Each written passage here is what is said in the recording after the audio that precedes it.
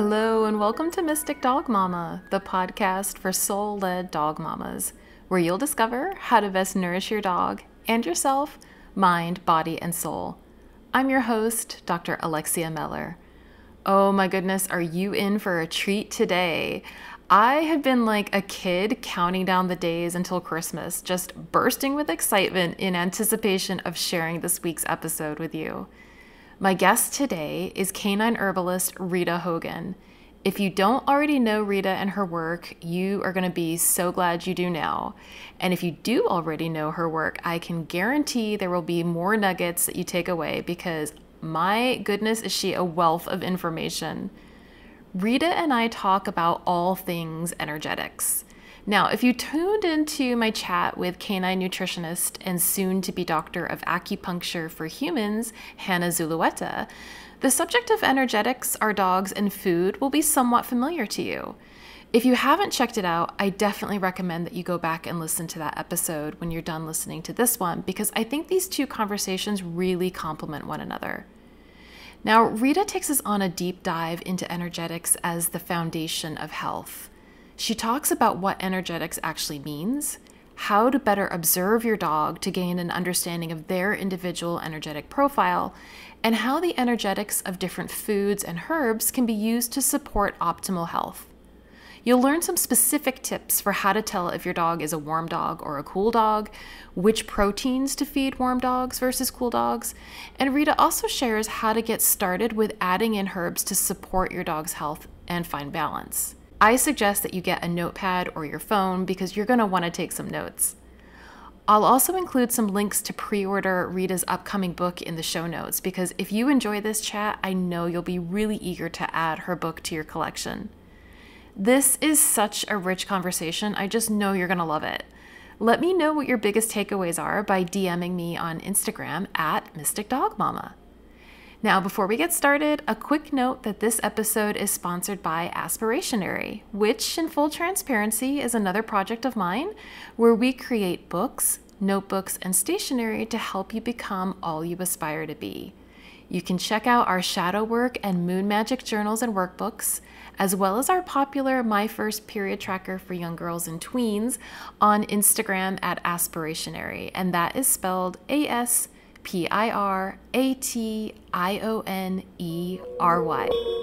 Okay, on that note, let's go. Hi, Rita. Thank you so much for joining me on the Mystic Dog Mama podcast today. I am beyond delighted to have you here. I am super excited to be here. I've been looking forward to this all week, Oh and my it's God, Friday. I know. Yay. I am so excited because I just absolutely adore your work. And to give the audience a little bit of a context as well as to why I thought your conversation today would just be so helpful is I think so many pet parents who are in this space of wanting to nourish their dogs and themselves, mind, body, and soul, taking this holistic perspective, they come across herbalism and they're like, that sounds really amazing. What do I do? How do I engage with this? And I think there's also this perspective from more of a Western context where we tend to treat, I feel anyways, natural remedies in this much the same way as we treat conventional remedies, which is like, let's fix this. I want this herb to fix this thing kind of approach. And what I love about your work is that you kind of complicate that in a way where you're asking us to take a different lens, where it becomes about how do we develop right relationship and how do we look at the wisdom of the plants and how do we look at ideas of balance and harmony rather than just fix the thing. And I think that is something that is both really appealing to people, but also they don't know where to start with it. So I thought this would be a really great intro to kind of talk to pet parents about your perspective on all things canine herbalism, as well as diving into this notion of energetics that you propose for us as a way of engaging with our dog's health and ultimately with our own as well. That sounds great. Where do I Yay. sign up? Um, yeah, and I think it's really important for people to understand that uh, you know, you're an ecosystem and your pets are as well. And we are we are not even 100 years from that innate knowledge that we all had. I mean, well, our grandparents had, um, or our great grandparents, depending on how old you are, had about using plants and fungi and different types of medicine and homeopathy. Prior to 1930, all of those modalities were in play, and and even through World War II, and then things started going downhill from there when pharmaceutical companies started like really getting popular. So I think that it's important to just understand that we all have that knowledge in our blood and in our system, and that's why we feel so drawn to it. But we are currently, most of us, um, in a pharmaceutical mindset. So, there's no blame there. People have so much shame and guilt when it comes to their pets. And I think one of the things is the pharmaceutical mindset in that we constantly are looking for something to cure something very quickly. Pharmaceuticals save lives because they work so quickly. They work so quickly because they force the body to react and they cause suppression. Well, we want the body to balance out with herbs and different types of modalities for sure. But one of the things that we want to make sure we don't do, unless it's an emergency. Now, an emergency is different. Like your dog can't breathe, or you can't breathe, or you've got sores all over your body that hurt. Yeah, we need to suppress and then deal with that in a different way. But when we're not dealing with an acute emergency, we want to be careful of suppression because it just puts disease further and further, deeper and deeper.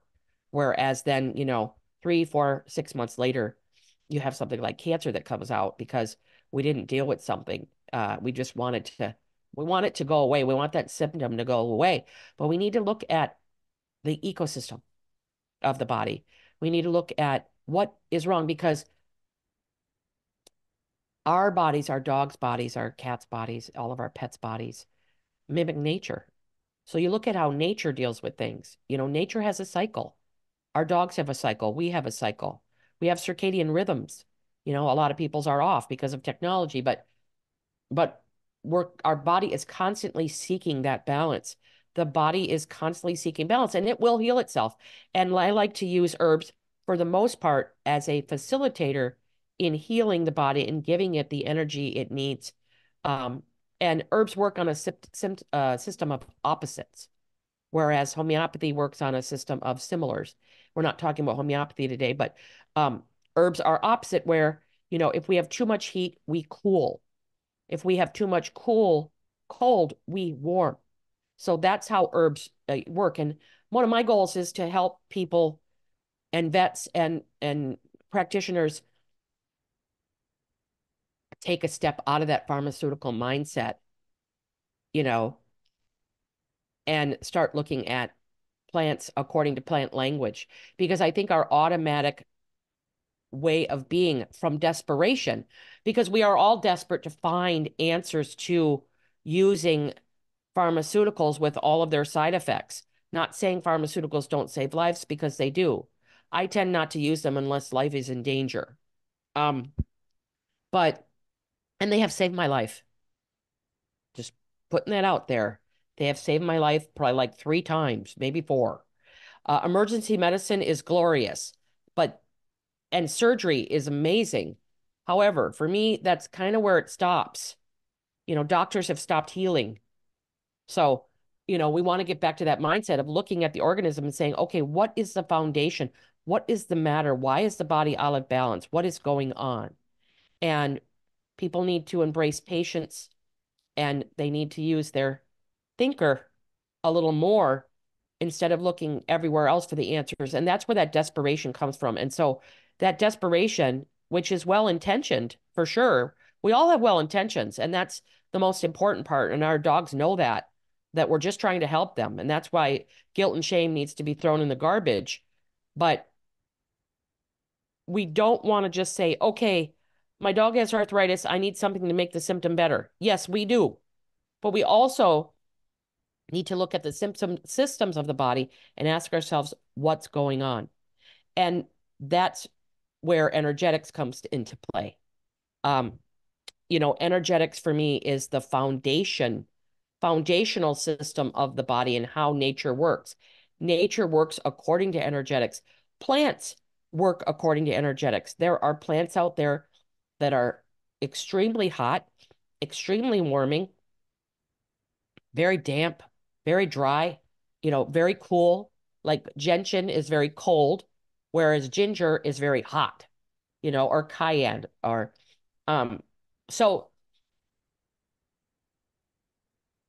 it is plant language that and nature that helps us see what's going on inside the body. And our body has energetics. Our dogs have energetics. The animals that our dogs consume to live have energetics. And all of this needs respect, right? And I think we're understanding that. Like all animals need respect, even if they're here for like to give food, to give their lives for our dogs living. Every one of those beings needs respect and they have energetics and they have a system of energetics. And so um I'm trying to get people to understand that. And the day that I really got energetics, my mind was blown. Like I was like, "Oh," and I kept, I saw in my head all of these protocols that didn't work out, right? That weren't that successful. Oh, that's why, you know, I was I was Yeah, because when we get when we start looking at plants like, okay, there's 10 plants for arthritis. Well, I don't know which one to give. Well, energetics will tell you where to start. You don't give them all. Never give them all, but people again get desperate like, well, I get a lot of people when I do consults that are giving their dogs literally 20 items in their food. We don't need to do that. That hyperstimulates the body. And or there's people that, and again, I mean no disrespect.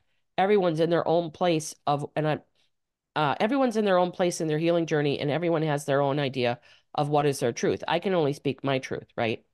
But when I see people get on the turmeric bandwagon or the CBD bandwagon or CBD comes from cannabis. Cannabis is a plant. It has its own energetics. It's not a panacea. Turmeric is an excellent plant for the liver, for the gut, for inflammation, for mitochondria.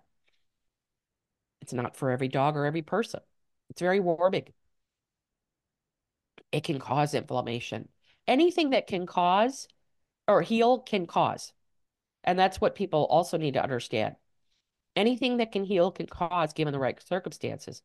And energetics definitely depicts that, like where to start. Is it an absolute? No. Everything in herbalism is a guide. There's lots of gray area, and I think a lot of people they want to be told what to do, and I don't. And like when I call an accountant, I want to be told what to do. My financial advisor, I want to be told what to do. It's not my jam. I'm not good at it. I need help with that, right? I want to be told what to do. I'm going to think about what my advisor says. I'm going to take it in. Does it resonate with me? And it might not. And I might say, I don't want that one, but we all need help in certain areas. And the only thing I can do is speak my truth. And for me, energetics has come through time after time after time after time and has never failed me. Uh, Maybe if I didn't get it right, like if I thought, oh, this dog is warm and it was actually cool, which would be what would be called false heat, where the body, when it's cold, can build heat to the point where a dog seems extremely warm on the outside, on the periphery. They're hot everywhere. And you'd say, oh God, we got to cool this dog down, right? No, we don't. We have to actually feed it really warm, hot things. So its body will stop trying to compensate. Because remember, the body is always trying to balance itself. And that's one of the things it does about uh with heat and cold. So a lot of people would be like, what? What are you doing? That's crazy. The dog is super hot. It's, again, it's not. It's cold. And So it, and I just had an example of this last year, and I saw a dog in a public, like at Super Zoo, and they were like, yeah, we're giving it you know cooling foods, white fish, and all these cool Chinese herbs and stuff like that. And I was like, I really think that I think you should try warming it up. And within 2 weeks, everything just started turning around because the dog wasn't so cold. And it's amazing when you have energetics. And like I said, energetics just hasn't failed me. And so it's really a place where I start. So when you look at energetics, okay, there's a couple of things. Like it really is like, we're all trying to put that health puzzle together, right?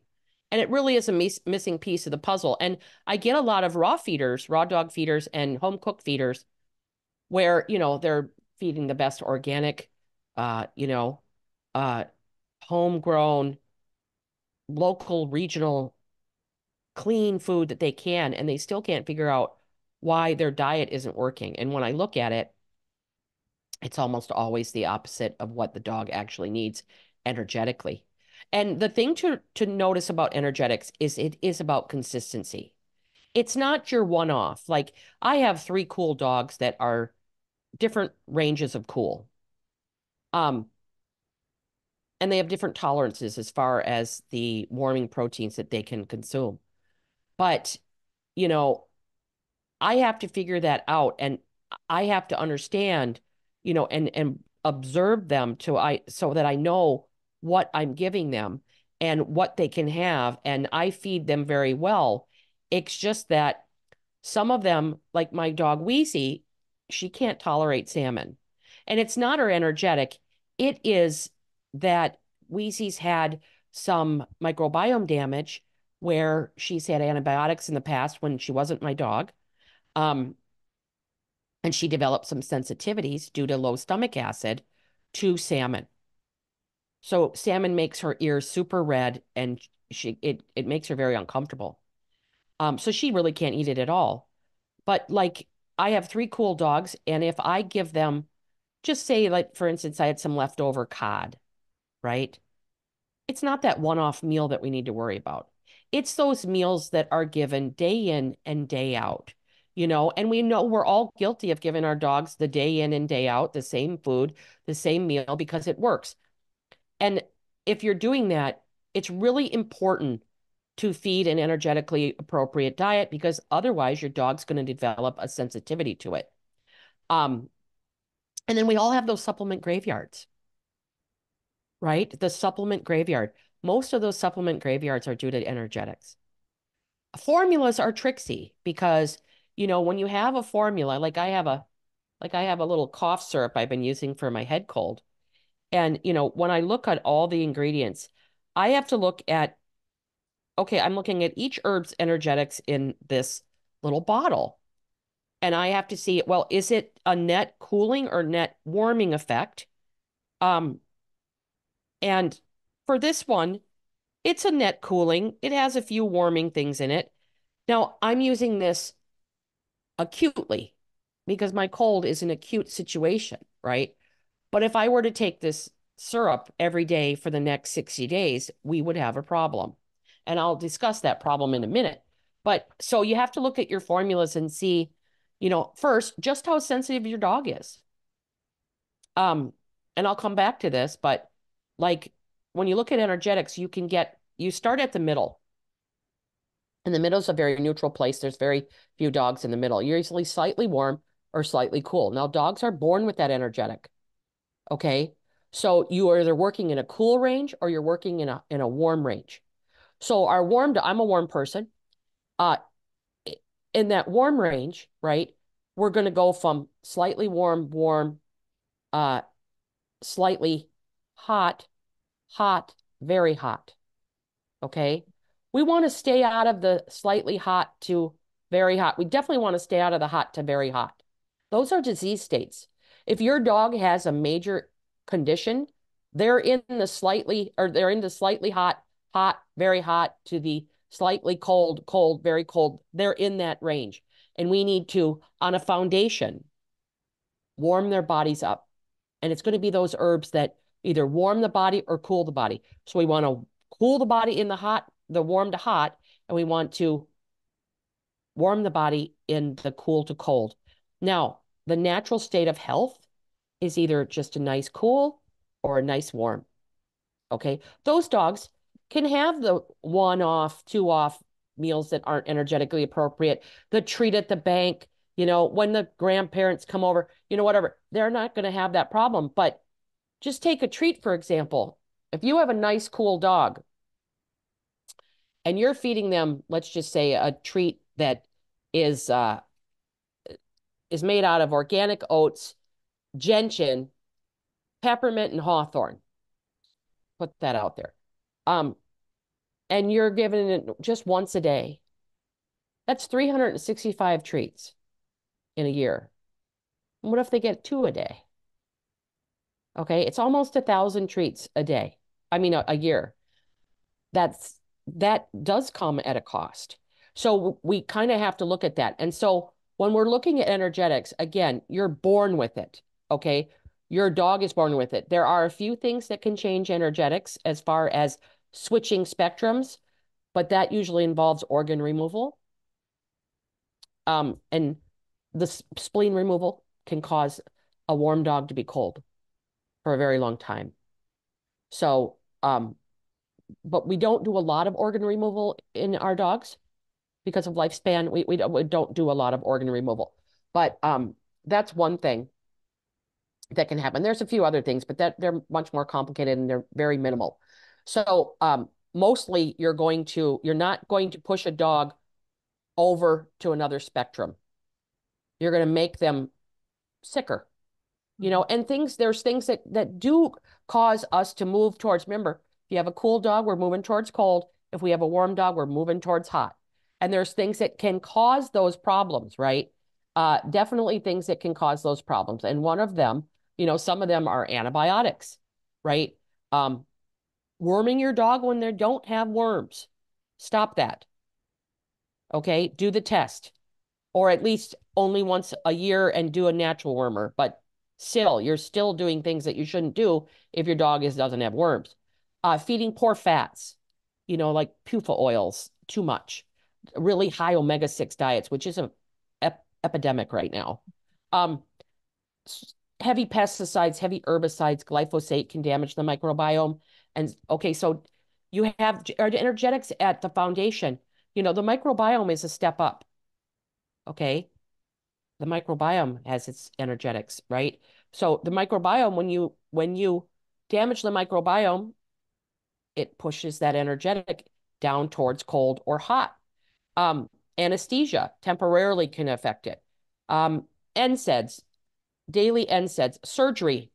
Surgery adds a lot of cold, but in a cool dog and in a warm dog, it adds inflammation, pushing that dog towards hot.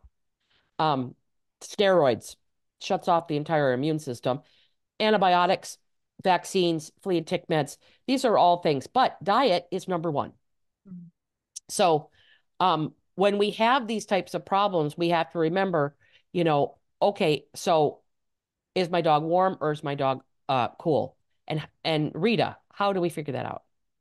That's my Okay, next question. yeah, I don't know. I don't know how, I don't know what my dog is, right? What is my dog? Dogs are individuals, okay? So they're going to be somewhere on that spectrum. And sometimes puppies, you get a puppy who was born cool, then they're fed pedigree, okay, or some really high processed food. They're given a 6-in-1 vaccine. They're dewormed, and then they're neutered at a really young age, okay? You may be getting a puppy that's already slightly cold or slightly hot. Okay.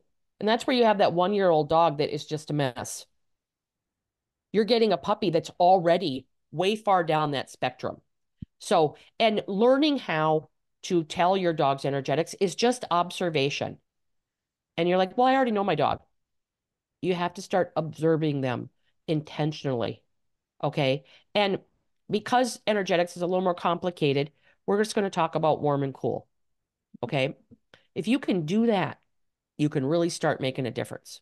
Okay. Because there's also damp dry, like how much moisture your dog has or how dry they are. And that's a whole nother conversation. And we can have that conversation some other time. Um, Happy to come back on. So warm and cool. It's basically how your dog deals with heat. Okay. Now, I know you told me that you are in Mexico and it is hot, very warm and humid. Okay. Mm-hmm. So, dogs are going to be, even cool dogs can get hot. Okay. I can get cold if it's cold enough. Okay. I was recently speaking somewhere and I was freezing, which is not the norm. I mean, it was sub-zero temperatures. I had to put a sweater on and I'd never, hardly ever wear sweaters. So I was like, oh my God, I'm freezing. It can happen, but to what degree? So dogs that are warm, they tend to seek out cool places. So they'll lay on tile that's nice and cold. Very hot places tend to tile their homes because the tile will store cool energy and it's nice and cool. Doesn't add to the heat. Um, and then it will also give off heat at night, and keep the house warm when it's actually cold. So they love tile.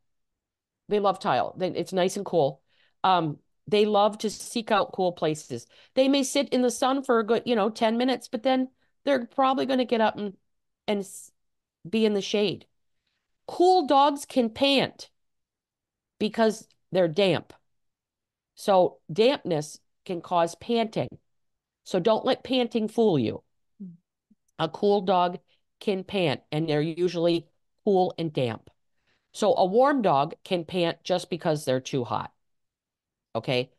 But how do they deal with heat? Start paying attention. Do they lay in that little ray of sunshine? Do they gravitate toward the air conditioner or do they stay away from it?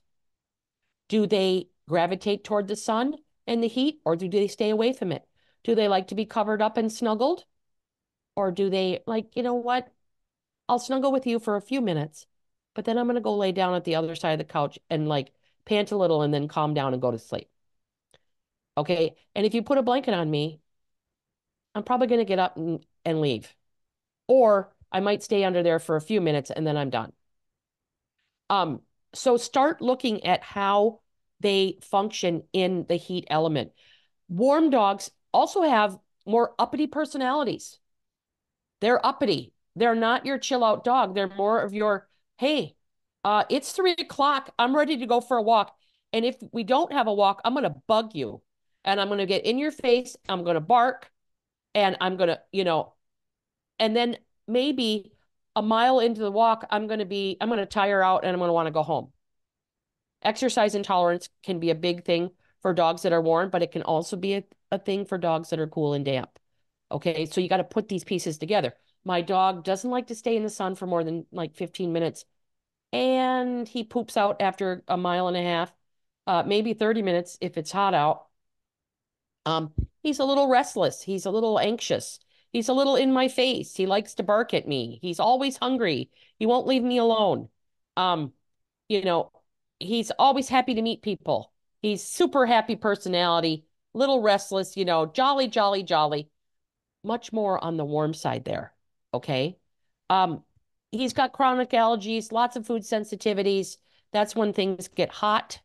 Okay. We're cool dogs doesn't mean a cool dog can't have food sensitivities. Okay. But it's usually from a different source. Okay. There's lots of reasons why dog gets food sensitivities. Again, another conversation. But that's your basic on the cool to cold. I mean, sorry, the warm to hot. Now, cool to cold, we get those dogs that are chilled out. They're chill. They will lay with you forever. They will sleep under the covers until 12 o'clock in the afternoon. They will, they love to be warm. They love clothes. They put on my sweater. I love it. I love to be bundled up. Um, I suffer from lethargy when I get sick. I tend to, cool dogs, their vital force extinguishes itself when things go really badly. And warm dogs, they burn themselves out. Okay. it's too much. Where cool dogs, eventually, it's kind of like dying from hypothermia, right?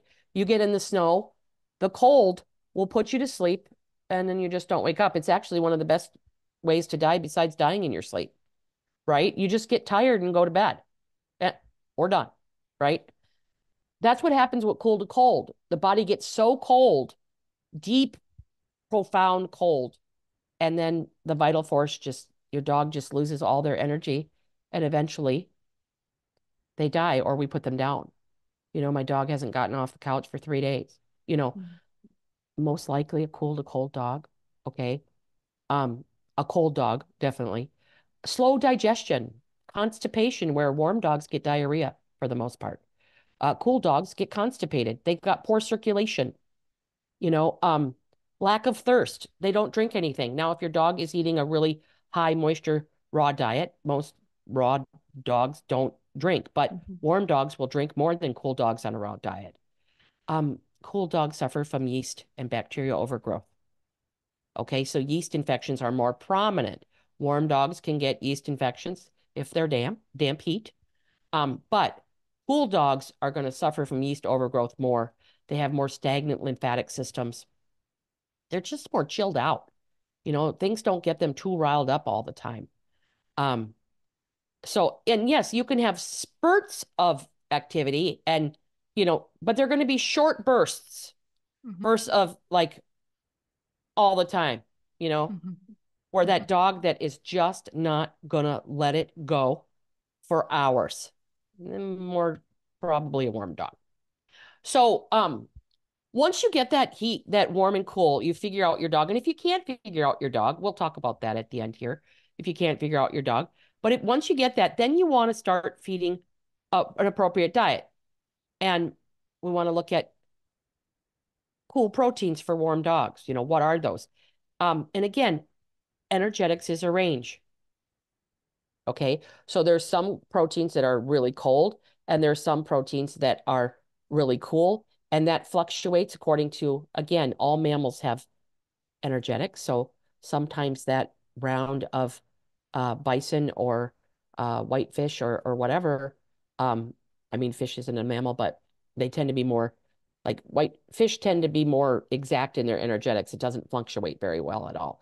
Mammals tend to have huge fluctuations, but like pork or chicken, those types of things. Chicken is very warming, but it can also be very hot, depending on what it's fed. If it's a factory farm chicken, it's going to be much warmer.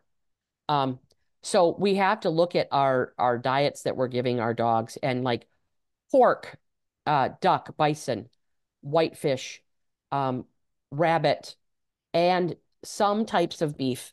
Corn-fed beef tends to be more warming, where pastured beef tends to be more cooling. So beef can go, either way. Um, you'll see a lot of lists, TCM lists out on the internet. And my energetics is based on my practice of over 20 years. So it doesn't always coincide. It's in the range though, but it doesn't always coincide. But those TCM energetics were picked out thousands of years ago when our animals were not factory farmed. They were not stressed like they are now. They had stressful moments, but they weren't stressed like they are now. You know, uh, Meat was much more community based, where it needs to go back to, where you have people in your community that raise meat for that community. It's not coming from Argentina. It's not coming from way far away. It's not coming from factory farm lots. So meat was more community based, where you didn't have that stress, and the energetics were, I think, much more pure. Now we have different types of meat, and we have different types of animals, and we have different types, lots of stress in our animals. So I feel that the energetics has changed a bit, but again, it's very fluctuating. But for the most part, the starting cooling proteins for me are pork, duck, bison, whitefish, rabbit, and beef. And again, we're not talking about drying or cooling, right, or drying or moist right now, but for just warm and cool, pork, duck, bison, whitefish, rabbit, and beef are my choices there. Uh, Pastured beef for sure. And then for proteins that are warming, we have a lot better choice there. I'm speaking like for things in the United States. Canada. I'm not sure how things go in Mexico. You might have more birds to choose from and things like that. But here in the United States, mussel, any type of mollusk is going to be warming. Green lip mussels, any type of clam, mussel, lamb, sheep, venison, chicken, salmon, goat. Sardines are pretty neutral. So, um, but lamb is very warming. Venison is very warming. Corn-fed chicken is also very, very warming. Salmon is quite warming. Farm salmon, I would not give no matter what. That is my opinion. It's very toxic, but farm salmon is much hotter than regular salmon, and salmon is hot. And so is like venison and lamb. They're hot. Mussels are warming, goats warming. Turkey, a nice warm dog who doesn't really have any health issues can tolerate turkey a few times a week. Um, so cooling to warming, whereas, factory farmed corn-fed turkey I think it can go warming to hot. It just depends. And the more that we as consumers contact meat producers and tell them, you know what, this is why I'm not buying your meat. The more we reach out, you think, well, I'm just one person. I can't make a difference. Yes, you can, because there's a lot of people on this planet, and the more people that speak out, the better. And I can say this one thing that I just want to put out there. When you're feeding whitefish, always ask what kind of fish, where the fish is sourced. I don't care if it's in your dog food, in a kibble. Write that company and say, where's your whitefish sourced? If they don't know, don't feed it, because a lot of times it's shark, and shark is endangered. We need to stop feeding shark and shark products to our animals. It's unethical, and I have to say it every time I get a chance. Um, so those are our choice. Those are our protein choices. Okay.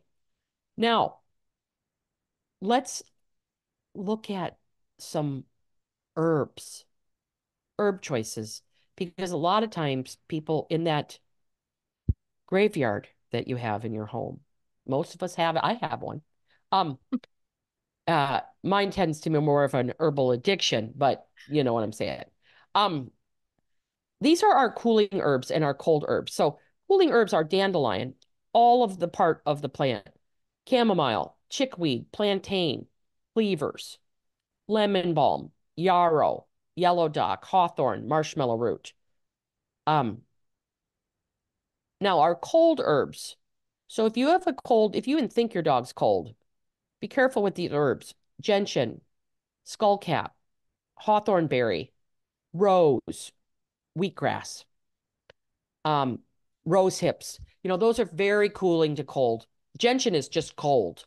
Um, so be very careful. You want to be careful even in formulas. If your dog is towards that disease state of that slightly cold to deep cold, they're going to be much more sensitive to the energetics in a formula. Whereas if your dog's just a healthy cool, right? My dog's cool. He's healthy. Maybe a couple issues, just a little bit here and there. Nothing severe, not so sensitive. You can, like, if that formula has more warming herbs than it does cooling herbs, then you should be okay to give acutely or for, a month or two, but then you might want to stop. Um, do you have any questions so far? I do. Oh my God, this is just amazing. You were like just a wealth of information. I feel like I want to just be a sponge and like suck it all because I it's wish I just could let's do the mind melt. yeah, can we Let's do do the that? Vulcan. Wait, you got to do this. Let's do the Vulcan mind melt. There it is. I say that to my students all the Perfect. time. Vulcan. And you know what? My mentors, it's like, you know, could we mind melt? Right. But you know what? This stuff just takes time. Yeah, It just takes time. it Um, does. It does. But I have a couple of questions, yeah. and that I made a mental note of when you said something to kind of pull that forward. Feel free to The interrupt me too. I love being interrupted. Oh, but this is so great to hear the kind of the flow of it, because this is what people really struggle with, and then how do they put it into practice? So the next thing I want to after I ask you my questions, the next thing I kind of want to like jump into is exactly how you're thinking about using herbs and when that's an appropriate choice for people. But I also know that a lot of my listeners have reactive dogs or dogs with a variety of behavioral issues. You did mention that some medications can contribute to the energetics of the dog. Do behavior medications have any kind of effect on the Oh, energetics of a dog? absolutely. Which way do Okay, they? so energetics is at your bottom. So if you have a behavioral dog, you need to figure out their energetics and get clear and start feeding mainly an energetically appropriate diet as much as you can. Remember, guilt and shame are in the garbage. Okay. Do the best that you can. That's all we can do. We can do the best that we can. Okay. Um, you need to figure out their energetics. But another thing is pharmaceuticals, behavioral pharmaceuticals congest the liver. Okay. So not only you may be feeding an energetically inappropriate diet, and you'll be amazed at the changes you see when you switch over to an energetically appropriate diet. So not only do you have that going on, but you've got another layer of pharmaceuticals that the energetic may be playing into the behavior. Okay, for one thing. Number two, you have congestion and one like fear-based aggression, that's liver kidney. Fear-based fear in general, uh reactivity, um a lot of that is kidney based. Okay. And then uh you know um you want to look at the dog as an ecosystem as a whole. It's not, a lot of people just want to, they want to correct that behavior, but you got to take a step back and look at your dog as an ecosystem.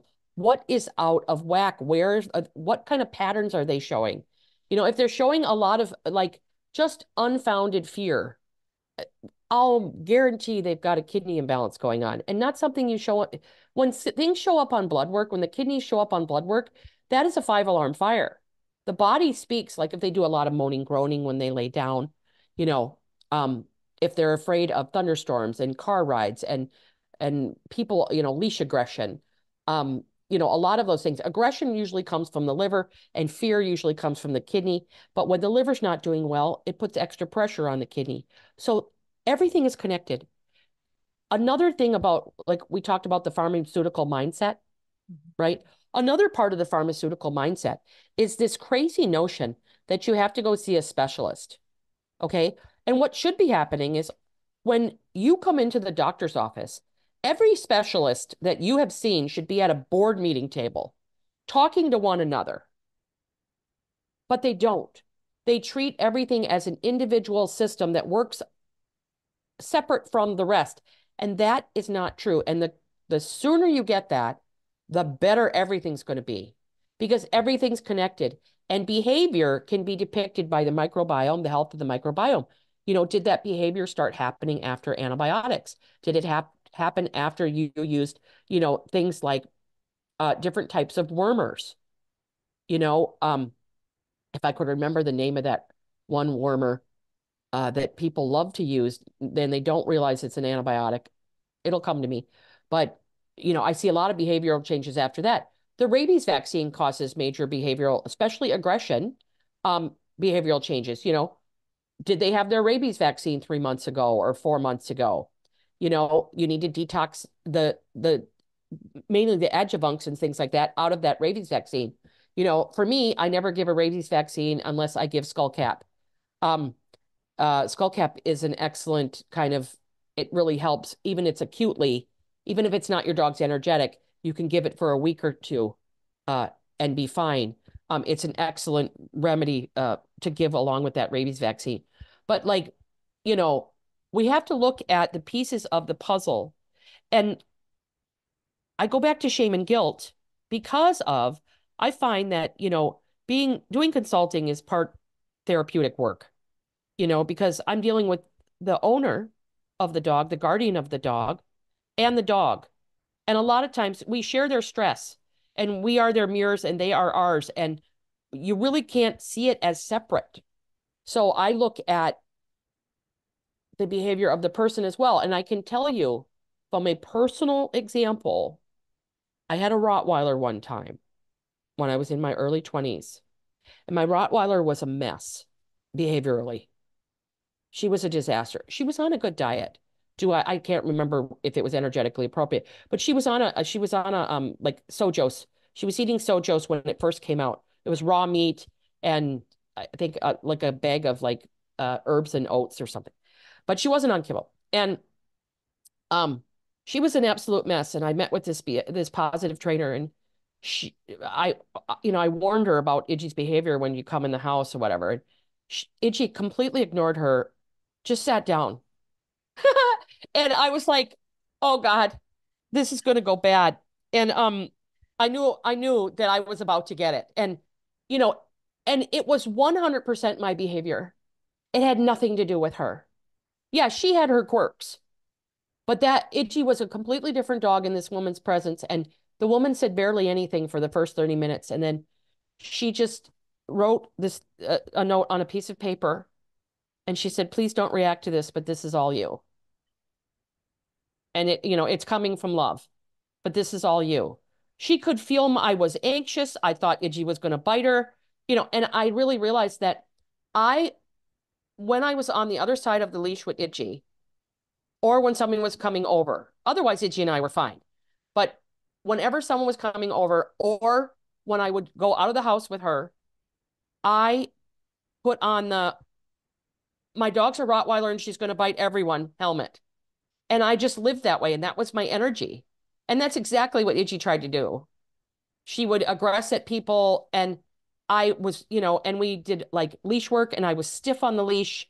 I was, you know, my hand was like white knuckled, like I was, constantly. And she, like, "How tense are you?" And I can feel your anxiety. And she said, "And I mean no disrespect, but, look at your dog around me." She knows that one, I'm definitely in control. Number two, I definitely have her best interest. And number three, we all aren't freaking out right now, are we? Because I calmed down in her presence, right? And I'm like, I want to be that person, and I have made myself, I really got really early on in age that, what we do, our dogs do. Mm-hmm. And so there's so many different layers of behavior. There's our behavior. There's also, you know, the thing is that a lot of times when see dogs with kidney and liver issues, my owners have kidney and liver imbalances as well. Mm-hmm. They have, they're afraid to fly. They're afraid to do this, Hey, let's go drive a Vespa. No, I'm not getting on a Vespa. I might die. Okay. Like, they have unfounded. Have you ever been out? No, but people die on those. I ain't getting on it. Okay. So like they have fears, they have all these fears in life too. So we really have to look at things as everything is connected. And it's just sitting back and observing our behavior and our dog's behavior. But all of our systems in our bodies are connected. And energetics is just that basic foundation, Mm-hmm. right? And then everything else piles on top of it. Behaviors up here. It's, behaviors up here. And you can see people's behavior change when they go on antibiotics. You know, our microbiome depicts it, our gut brain, our gut, which is our large intestinal, vast microbiome, talks to our brain and our heart. Our heart actually has more neurons than our brain. Mm-hmm. And that's all connected. Our liver, there's nothing gastrointestinal that really doesn't involve the liver.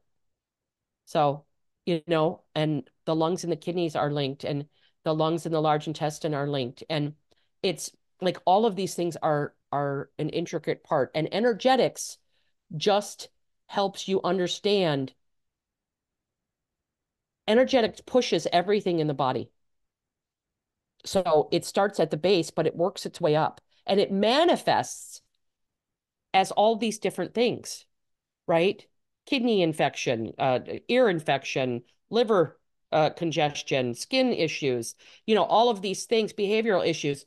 You just want to get that taken care of so that when you use herbs for behavior, when you try to build up the microbiome, you're not using things that are going to work against your organism.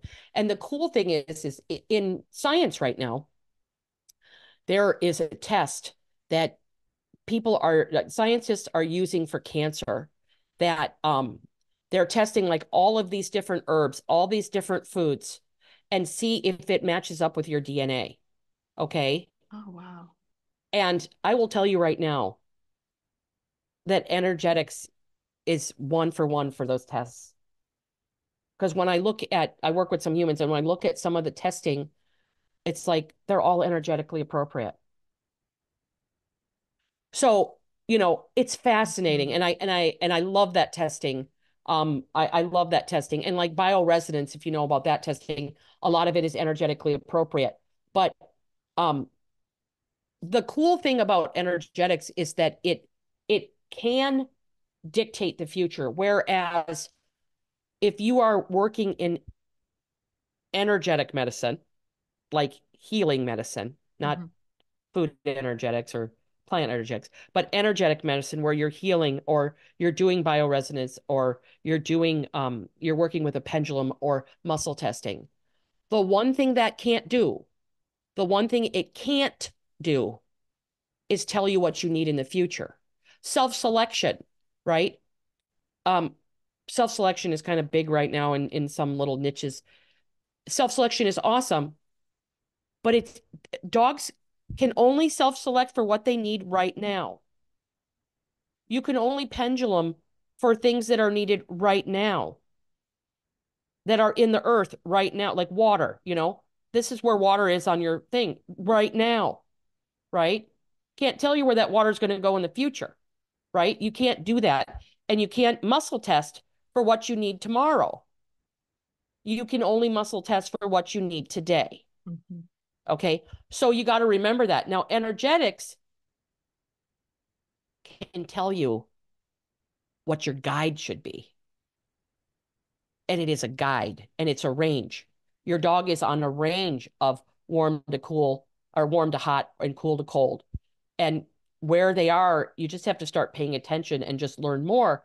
But, like I said, the day that I learned energetics, my mind blew up and I was just dumbfounded. I was like, oh my God, this is so awesome. And I didn't choose to take a TCM route with my practice.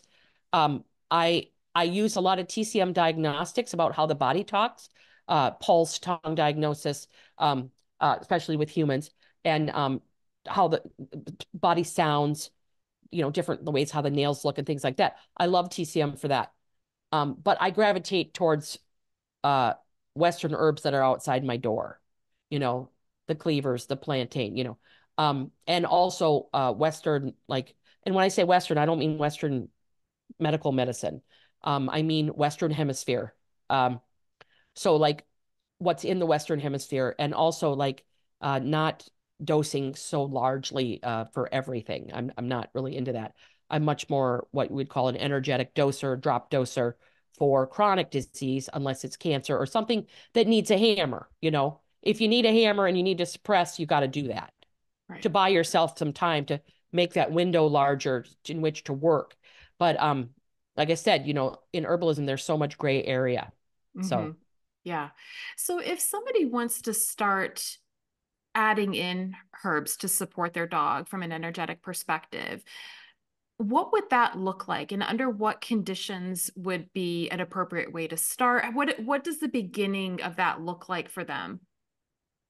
Well, knowledge is one of the best things. Like find Right. out, what are the warm to hot herbs? What are the veggies and fruits and vegetables that are warming and cooling?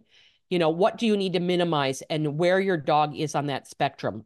You might have to guess. And if you can't figure it out at all, just guess cool.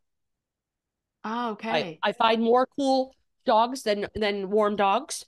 Um, so it's a good place to start. And the herbs will let you know. They will let you know if that's true, because your dog will start having symptoms if that herb is not good when you start really paying attention. Like, I did say what some cooling herbs, some hot herbs and warm herbs, cordyceps, ginger, thyme, cayenne, ashwagandha, very popular herb, is warming. calendula, warming, turmeric, warming, reishi mushroom, warming, goldenrod, warming, spinach, kale, cabbage, yellow squash, warming, warming, warming, warming. Um, so you want to look at that and just, see where your dog is on that spectrum. Again, if you have a warm dog, it's going to be a little harder.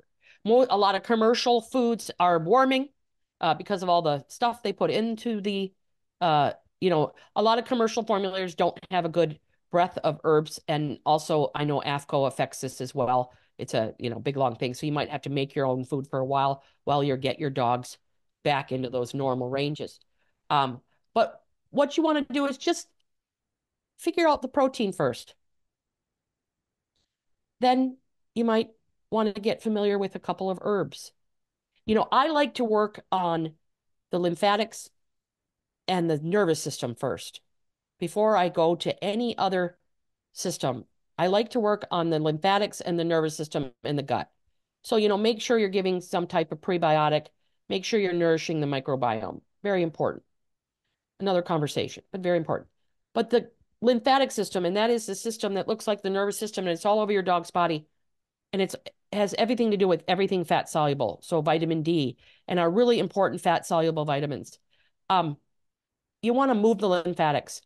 So two herbs that nourish those are cleavers and calendula. I'll make it really simple. Cleavers is for warm dogs, and calendula is for cool dogs. If you figure that out, calendula really needs to be given as a tincture. Mhm. Okay. And literally, you got a Chihuahua sized dog, a dog under 10 pounds, one drop twice a day in the mouth. Add some water, we're done. You could even add it on the food if you want. Beginners, add it on the food. Uh, Pug, that's like a small dog, right? 20 pounds, two drops twice a day. Uh, Spaniel, larger, a medium dog, three drops twice a day. Golden Retriever, four. Newfoundland, five. There we have all of our dog sizes. Twice a day. Good place to start. Cleavers, same dosages. Um, as a tincture. Mhm. At that dosage, don't worry about the alcohol unless your dog has diabetes, um, or is in complete liver failure or kidney failure, which most dogs aren't. Um, and still you wouldn't have to worry about it. Those dosages are safe for pregnant women, pregnant dogs, whatever. So really, those are cleavers. You could use a glycerin though. That's a glycerin-based tincture. You could use a glycerin with cleavers. Actually, it's kind of a little better than a alcoholic tincture for cleavers because cleavers has so much moisture in it. And where calendula is very resinous and it has to be an alcoholic tincture. But you could also do like an infusion where you make a tea with it. You would steep calendula flowers for, I would say, a good 45 minutes in hot water. Where cleavers, you can't do that. You have to steep it overnight in cold water. Um, or you could, if you have fresh cleavers in your yard, which a lot of people do right now, you could take the cleavers and a little handful and put it in like a smoothie for your dog and pour it on the food. Um, you don't have to, those types of herbs are extremely non-toxic, and you don't have to get all complicated in, well, how much? If it's a Chihuahua, you want a Chihuahua appropriate size bowl, and I usually do a quarter inch of liquid in you know, a Chihuahua appropriate size bowl is about that big, Right. you know, and then like a pug, enough to fit their little fat face in there, uh, that big, and a medium dog that big, and a big dog, you got the big bowl, and an extra big dog, you got the extra big bowl. So like size appropriate. If you're using a lick mat, you're out of luck in the infusion department. Just give them a separate bowl with a little bit of food in the infusion. So, a lot of people get real caught up in, but if you're using non-toxic herbs like cleavers and calendula, you're okay. Um, you could start there because when you start moving the lymphatics, dogs get less toxic. And I will tell you right now, if your dog is pooping one time a day, they are constipated. Okay, everyone. If your dog is pooping twice a day, but pooping this little turd Size appropriate, might be great for a Chihuahua. If a golden retriever or a bulldog is pooping a turd this big twice a day, they're constipated. Okay. We want a nice poop, size appropriate poop. Okay. Um, and if you don't know what that is, you can Google it. But size appropriate poop, we want two of those a day. And if your dog is not, their lymphatics is slow and their motility is slow. That's how fast things go through the gut and how thing and absorption might be down. And they're constipated. Um, we don't want constipation because constipation, you wouldn't believe the number of dogs that start eating energetically appropriate diets and food and herbs. For the most part, remember it's about consistency, the everyday. Um, Stop being constipated. They stop having diarrhea. They stop having loose stool. And this stuff doesn't happen overnight. You got to give it a good month, or two. Um, and then if your dog is super sensitive and reacts to everything, then change to an energetically appropriate diet, but don't expect miracles with the herbs. Everything can irritate them. Just try to find one thing that they don't get irritated with, and then maybe one herb that they're okay with, and just do that for a little while. Hmm. Extra sensitive dogs are a different conversation, Yeah. you Yeah. know. But no, I agree with you. And that's actually something from a nutrition standpoint I often recommend. We want to make that quick switch and add everything in, but that's not necessarily right for every dog. That's starting small, trying one little thing for a period of time to Yep. see how they're doing. And don't add anything else so that Exactly. you know what is working and what's not Exactly. working.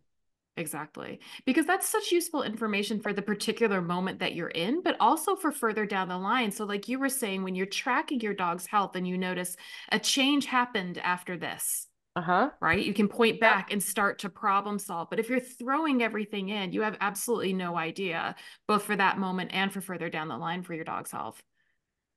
Yes, it's amazing. And another thing, you know, uh the nervous system. So if you're going to pick one herb, pick cleavers or calendula if you're starting out. And then pick something for the nervous system. You know, the nervous system is so important to support. And again, no matter what your dog, no matter what your dog is suffering from, there is always an emotional component to that condition, 100% without fail. Okay. Except for like a bee sting, I mean, something acute that happened to them. No, but the emotional component, um, is always there. And so working with the lymphatic system, getting circulation moving, right? And working with the nervous system first can really go a long way at uh, bringing things down, helping that dog calm down. And mushrooms do really well with the nervous system. Like if you have a cool dog, reishi mushroom is a great place to start. Um, Ashwagandha, that's I would wait on that one, but it is a nice herb for the nervous system. And if you have a warm dog, like lion's mane is a good mushroom for that, or skullcap. Um, but there's lots of herbs for the nervous system. I mean, just tons of them. And you can look in further and figure out what herbs are cooling, what herbs are warming, what foods are warming and cooling, and use them as a guide. Remember, your dog's an individual, you know. So, if they're, and the interesting thing about that is that individuality is really found in that spectrum. And so, say for instance, your dog is leaning towards cold. Well, they're going to be more sensitive to those cooling herbs and cooling proteins. But if they're just plain old cool, they can handle those one-offs or that acute medicine. The farther they are towards a disease state and hot and cold, the more sensitive they're going to be, and Mm. the more you should pay attention. I love that. That's so helpful. And I think this is such a great place for people to kind of start, to kind of recap from my understanding, really beginning with observation, really kind of learning how to see Yeah. your dog in a different way and making a note of all of that kind of stuff. Start with the protein before you start throwing in a bunch of herbs and see how they're doing with that. And then move on to simple approaches to herbs. So again, and I guess I'd like you to comment on this. You sort of hinted at it, but those mixes that you see so oftentimes, like with multiple herbs kind of thrown together that people want to go to for convenience, that might not actually be the best place to start, from what I'm understanding, when you're trying to figure out what is appropriate for your dog. Is that right? Is that fair to If your say? dog, if you feel that your dog is in a disease state, okay, if they're cold or hot, those formulas, those mixes are going to be, yes, harder. That's Right. where you get the supplement graveyard, like they're going to be, there's going to, might be something in there that's really going to bother. They're not going to be flexible. Hmm. Okay. And that's where we really want to get our dogs to that flexibility. But um it's not gonna, you can give it a try. And then when you try something like that, you really want to be observant. That's all. And don't add any more different proteins. Don't add anything else. Give it a good 2 to 3, sometimes 4 weeks to find out if something weird is starting to happen. Eye discharge. Um, if you get heavy eye discharge, that's a lot of it's detoxification or it's building damp. Um, if a dog starts to get a dry nose, it's drying them out too much. If a dog, um, if something's real, like a liver remedy, right, and it's too strong, you can get aggression. Your dog started really getting agitated after you gave them that liver remedy. That's too strong. Their body's not ready for that. Hmm. Um, but you want to look at your formulas and see if they are a net warm or a net cool, and the only way to figure that out is to, um, you know, find out about those herbs. Now, I have a list on my website that you can download under shop, under digital downloads. I have a list.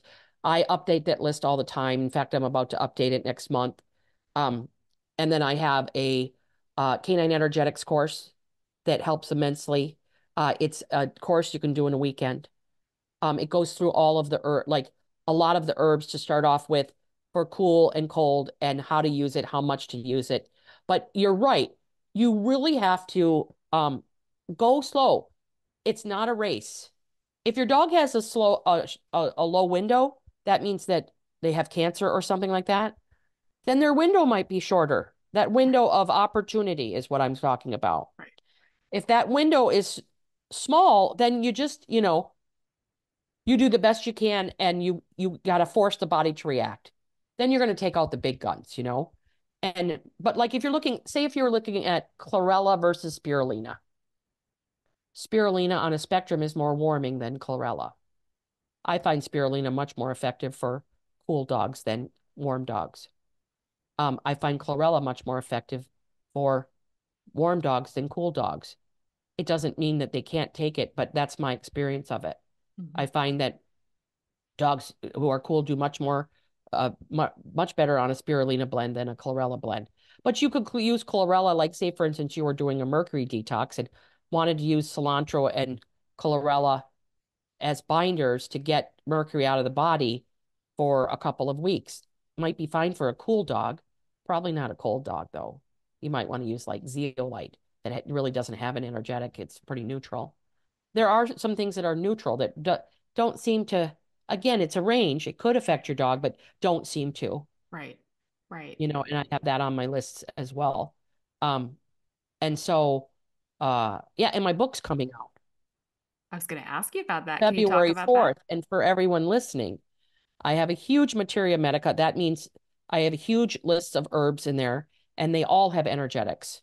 Um, in there, and I have also my list of foods, and that's growing. I don't put something on a list unless I'm like very positive about its energetics.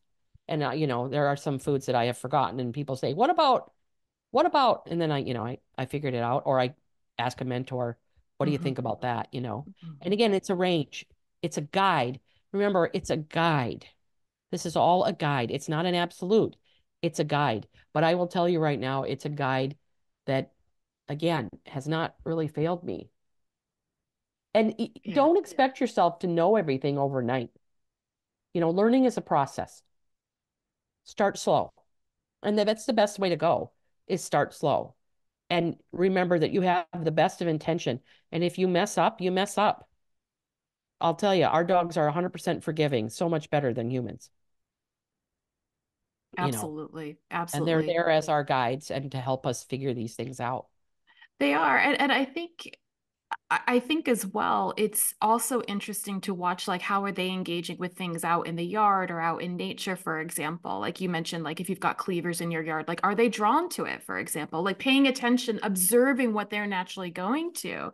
And I'm always a big proponent of as much as possible, look at what you can use in your natural environment versus from a sustainability perspective, for one, shipping stuff from all across the world, but also like to what you were saying earlier, it will have a different energetic as well from where you are. So if it's possible to work with things that you are procuring locally, I think that's possibly a better route for you to go with your dog as well.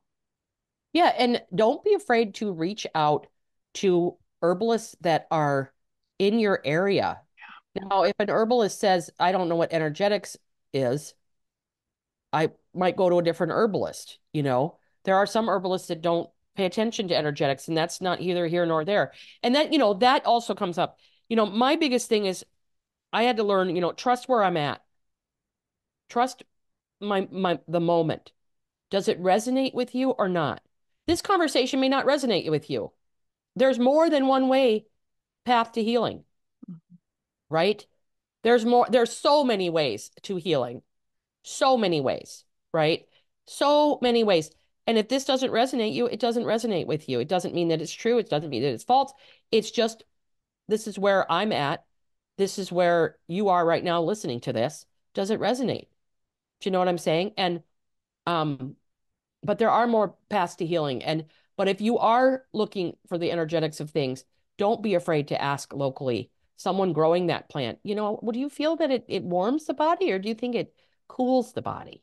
Oh, I find it very cooling, you look at Forever Dog, Rodney and Karen, they talk about Bobby the dog Mm-hmm. in Portugal, if you heard Mm-hmm. that conversation. you know, Bobby did a lot of foraging, and my dog Susie did too. I wish I would have paid attention to what she ate, but um, Bobby loved cooling herbs. Would he nibble on a little rosemary that's quite warming every now and then? Sure, right? But he predominantly loved plantain, from what I remember. Um, and I think he liked cleavers as well.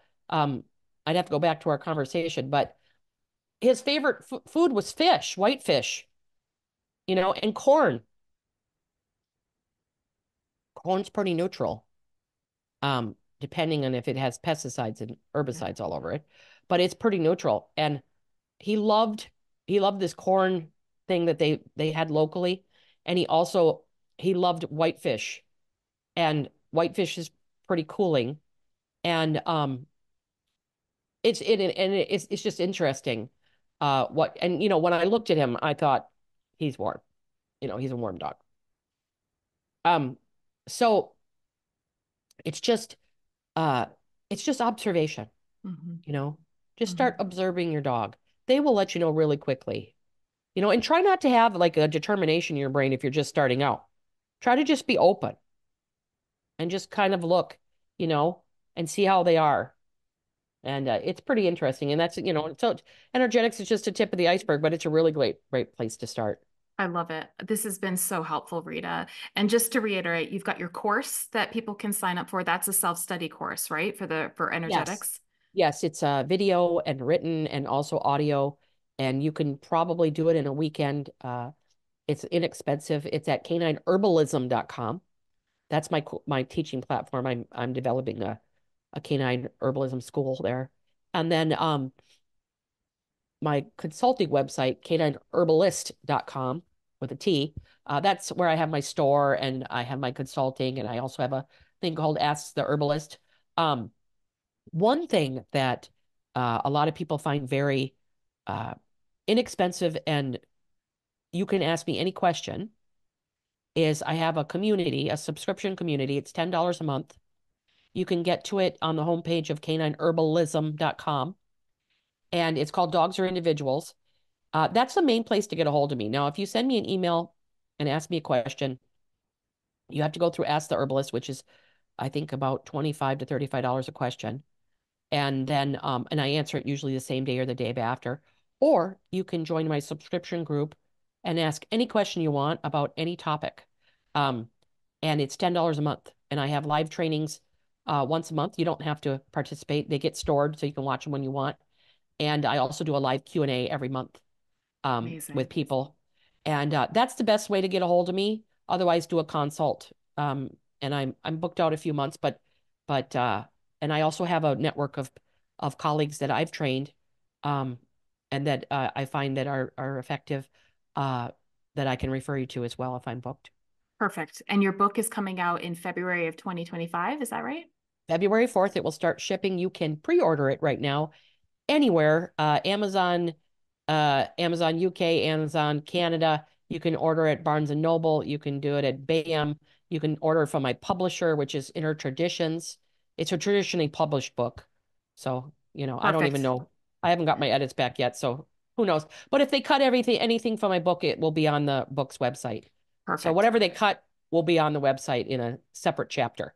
Perfect. I will leave all those notes in the show notes. So if you want to click on those links directly, you can and find all of Rita's work. Oh, Rita, yeah, and I also have a podcast. I was going to say, go for it. Tell me I about have a it. podcast. It's called Dogs Are Individuals, and you can get it wherever podcasts are on. I'm not, I don't listen to a lot of podcasts because I'm busy being a nerd, but wherever you get your podcasts, and also at canineherbalism.com, you can listen there too. And I can vouch it's an absolutely fantastic resource. It's such a gift. And I love too that the episodes are really focused and kind of within like about 30 minutes generally. So it's a great thing just to kind of like pop on. I love to pop it on while I'm like cooking in the kitchen or something like that and get my little nuggets of food for thought. So I highly recommend it. Definitely check it out. Thank you so much for having me on and listening to Oh me my prattle God. on. Rita, you are such a gift. And I am going to take you up on that little offer you mentioned earlier on that you would come back and talk about other things because I think there's so much Absolutely. to talk about. And There is. just, I think it's so helpful for people to hear. So I'm really grateful. Thank you for your time and energy today. But before I let you go, I've got one last question that I ask all Yeah. of my guests. Oh, great. And that is, what have your dogs taught you about what it means to be human? Oh my God.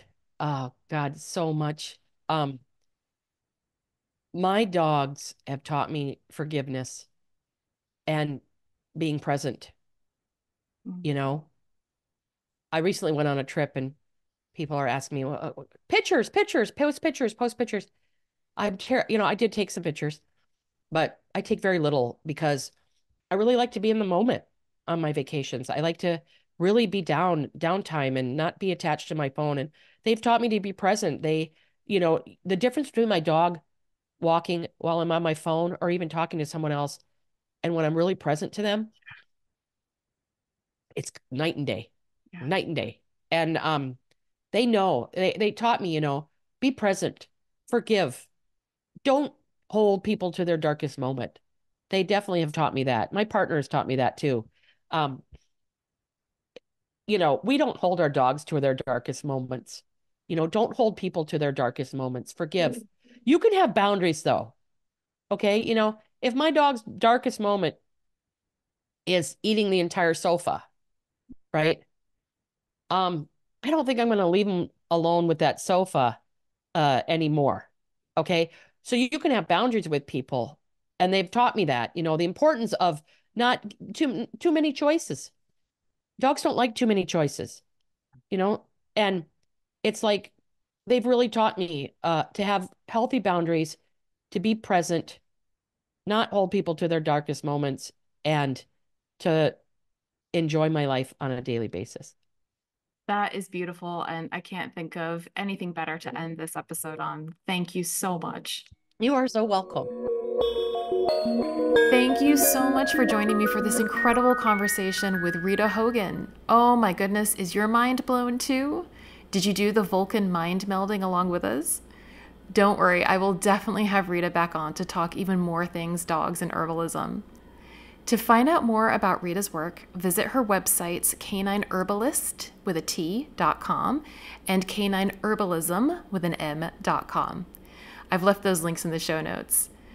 And don't forget to check out her podcast, Dogs Are Individuals. You can find that wherever you listen to podcasts. And you can also find links to pre-order her upcoming book in the show notes. Just to let you know, these are Amazon affiliate links, and by using them, I receive a commission at no cost to you. If you are interested in purchasing Rita's book, I would be really grateful if you'd consider using these links because it helps to keep the podcast up and running. And I have to say, as a canine nutrition consultant, I have definitely seen energetics play a critical role in a dog's health, including Lucky's health. And like Rita said, start with the protein and monitor how your dog does. If you would like some personal support with finding an energetically aligned fresh food diet for your dog, I do have some openings coming up for nutrition consultations, and I'd love to help you. You can reach out to me on Instagram at Mystic Dog Mama, and I'd be happy to chat and see how I can best support you and your pup. If you would like me to cover any particular topics on future episodes, or you'd like me to reach out to a potential guest, just let me know. Again, you can reach me on Instagram at Mystic Dog Mama. Okay, until next time.